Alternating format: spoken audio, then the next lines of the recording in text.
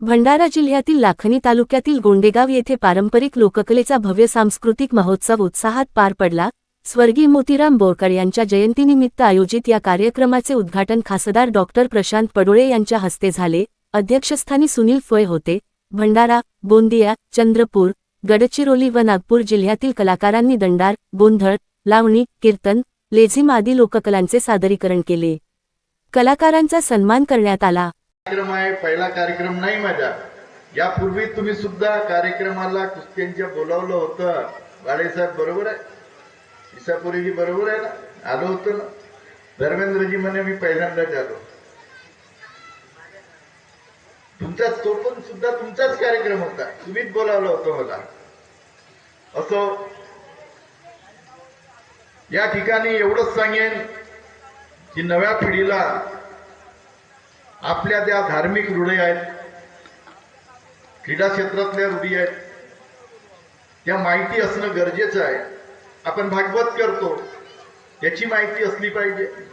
आपण देवाधर्माच्या नावाने जे जे कार्यक्रम करतो त्याची सुद्धा माहिती असणं गरजेचं आहे। आपण क्रीडा क्षेत्रात मग कबड्डी असो, खो खो असो, व्हॉलीबॉल असो, बॅडमिंटन असो, टेनिस असो, फक्त नव्या पिढीला क्रिकेट सोडलं की हॉकीविषयी माहिती नसते, कबड्डीविषयी माहिती यासाठी असते की कबड्ड्या आपल्या गावागावात आपण भरवतो, कुस्त्या आपल्या गावागावात भरवतो।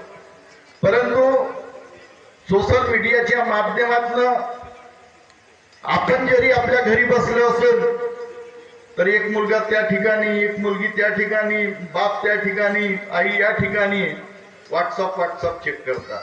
बाहेर कशाला जायचं, आमच्या घरी आम्ही 4 जण टीव्ही पाहत असतो तर सर्व एकमेक सर्व गुंतीत सोशल मीडियावर बघत असतो, इंस्टाग्रामवर बघत असतो, फेसबुक बघत असतो, व्हॉट्सअप बघत असतो। हे कुठेतरी कमीत कमी घरी असताना सुद्धा बंद झालं पाहिजे। याची सुरुवातच माझ्यापासून झाली पाहिजे असं मला वाटतं। बरोबर आहे?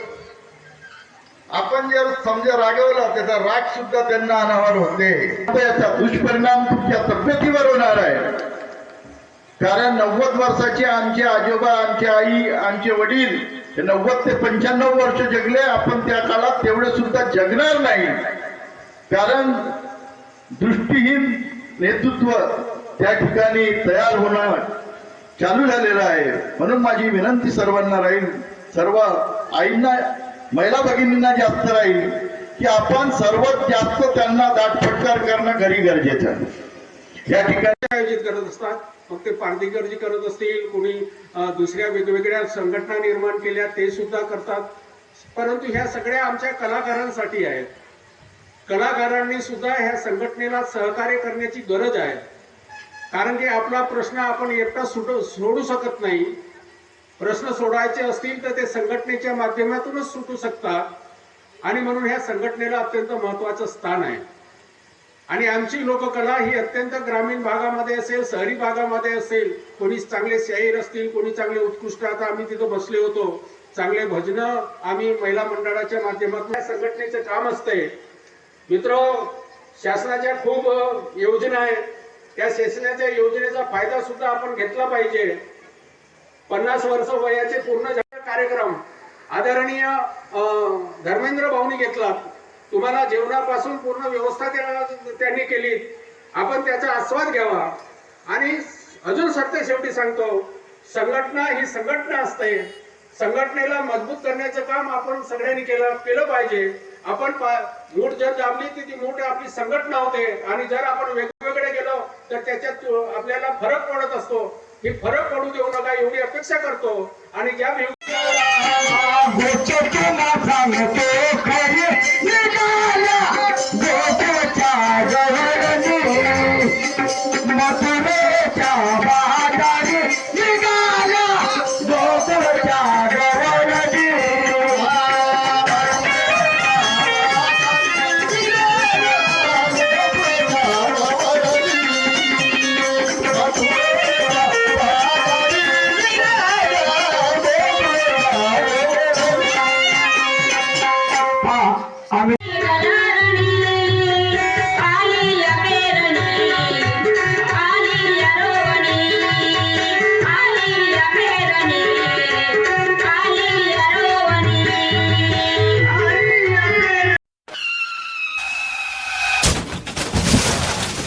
आता गाडीवर मोबाईल नंबर नाही तर इमर्जन्सी QR कोड लावा, जे तुम्हाला अडचणीच्या वेळी मदत करेल.